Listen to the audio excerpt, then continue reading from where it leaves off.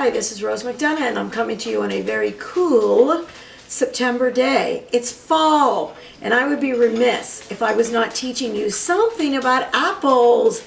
So this one happens to be a Macintosh apple, which breaks down very quickly and easily. So it's always used for applesauce. So I bought some apples from a local place, and we're ready to go. I've already cut up 5 apples, and I want to show you how absolutely simple this is to do. Me personally, I love to use a peeler, but one of my coworkers, now I used to be a middle school teacher and then was middle school and high school, and she said, these kids don't know how to use a knife, they only know how to use a peeler. That'd be my fault, because I think it's so much easier. However, it is hard for kids the first time they start to use this, because you know the blade is in the middle and it's set up usually that it can be left or right-handed, but it's hard to get that idea. A Macintosh apple is the easiest apple to teach how to peel, because you're putting the peeler in and you're getting just a little bit of skin. Oh, I'm so disappointed in myself. Usually I can make a fairly long one. I'm not going to do the whole thing. I'm only going to do a little bit to show you. This is how simple it is to peel. And I know you're probably thinking, why does she have like newspaper there? This is what my mother always did. Peeled onto newspaper, took it out, and threw it out into the yard. And of course I'm going to be feeding the deer outside the fence, so that's why I'm doing that as well. I'm going to go to a knife in just a second, but I want to show you another thing. If you're teaching kids how to do it, and they need to know about the apple, which I've already pre-washed this Macintosh, I should have told you that. So I'm going to take it. This side has a lot of bumps on it, but it's actually the flatter side than the other end. So the stem side is flatter than the opposite. So you put it down, flatter side down, so that you're not trying to fight rolling around. As soon as I did that, the apple is more at an angle. It's less angled if I do it this way.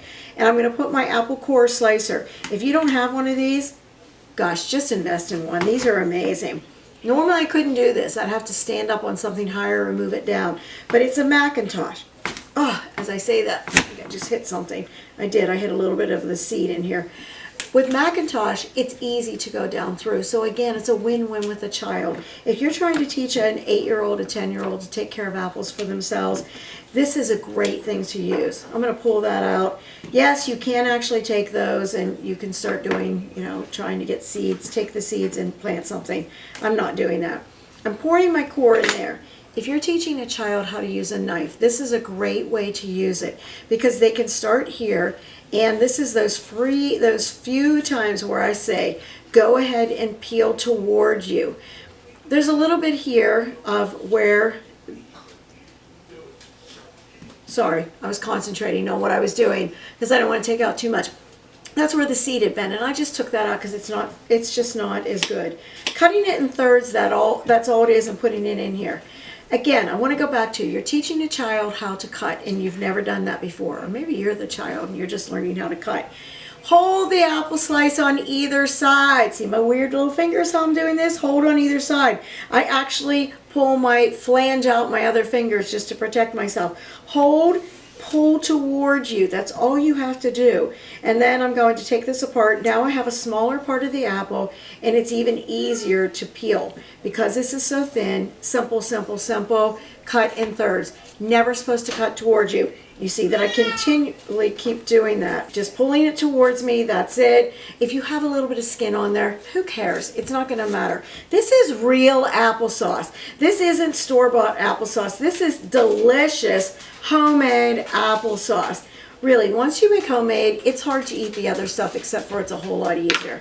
All right, I've rinsed these once. I'm going to go ahead and rinse them very quickly again, and then I'm going to put everything together. So I've gone ahead and I've washed all the apples one last time, and I'm going to put them into this glass bowl. I prefer using the glass bowl. You can use whatever you want. You can also put this into a pot and put this on the stove and do it on a low temperature with a tight-fitting lid. But really, a microwave is so easy. So to this, I'm going to add 1/4 of a cup of water, which is actually 4 tablespoons of water. I'm putting in a tablespoon of sugar. What if you don't want sugar? You don't have to use it. What if you prefer honey? Well, then use that. You do whatever you want. I'm just putting a little bit in there, and I'm using a teaspoon of cinnamon. You don't like cinnamon? Then don't use it. If you like it, go ahead and use it. It's completely up to you. That's what's so great about this recipe. And then I'm just going to take my rubber scraper. And if you don't have a rubber scraper, you can use your hands. But, I mean, really, why wouldn't you have a rubber scraper? I've been doing this for over 6 months now. If you don't know that a rubber scraper is the tool you should have in your kitchen, well, you need to subscribe and tell 7 people that's your punishment for not having the right tools. Okay, maybe that's a little harsh, I don't know. All right, so I'm going to just flip this around because I want to get the cinnamon all the way on there as well as the sugar. What if I don't? It's not the end of the world. They're going to break down and it's going to mix up. What I do want to tell you is my timing. So I'm going to put these apples in the microwave for 10 minutes. Then I'm going to check them. Then I might go 5 minutes more, then I'm going to check them, and then I might go up to 3 minutes more. What if you have it's too chunky because you did more apples than I did, or your apples were larger? Then just add on a little bit more. You do what you want to do. But I really suggest that you check them at 10 minutes. I have done before where I've done 4 small apples, and at 10 minutes it was completely done. So that's it. I've got it all mixed up. You can see the top of it. You can see the bottom of it, how well mixed it is. And then I'm going to use a plate. What? Oh yeah, a plate. Why? Because you know how much easier it is to pull this plate off when I need to check it than it is to pull off saran wrap? Way easier. If you don't want to do this, you can do it like this. The whole idea is I'm trying to get the lid on here so it will steam. The reason I'm choosing to do it this way is it just so happens that my plate fits on here better. So I'm going to do this for 10 minutes. When 10 minutes are up, I'm going to go ahead and pull it out and you'll be able to look at it. We'll do a picture of that and then later, and I'll show you how I mash it up just a little bit at the very end. Steam always lift away from you. See how the steam is going like crazy? You always lift away from you. All right, so I'm going to, you probably wanted to be able to see a little bit better there. And I'm going to stir it up. See how it's breaking down? The apples are almost completely broken down. That's a little bit of the sugar and the cinnamon that was flying up. I'm going to put this in definitely for another 5 minutes. Same way as I did it before. I may not need any longer than that. See how I'm breaking? All I have to do is take those apples and push them against the hot end of the bowl and they break down. And that's what you want. If you want a chunky applesauce, voila, you're done. But if you don't and you want it a little bit smoother, we're going to go ahead and do just another 3 minutes. I'm not going to do a full 5 minutes, just another 3 minutes. This microwave is more powerful than some people's. As Brooke says, it does everything. So this is very hot. When you take this lid off, always take it away from you. You see how all that steam is coming out? You want to burn somebody else in the house, not you, because you're the cook. Oh, okay. You don't want to burn anybody. Make sure people move. And I'm going to put that aside. I know that I'm done because I've already checked it before and it's ready to go.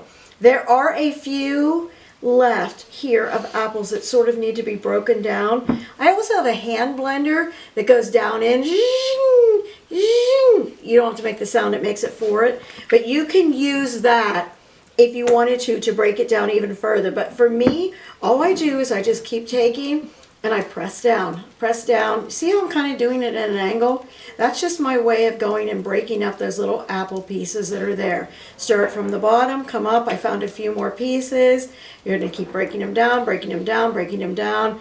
Stir around, break it down until you can hardly see anything. That was a bigger chunk. Until you can hardly see anything left in it. And then it's just wonderful and it's ready to go. I'm going to use one of my little containers here and I'm just going to show you slightly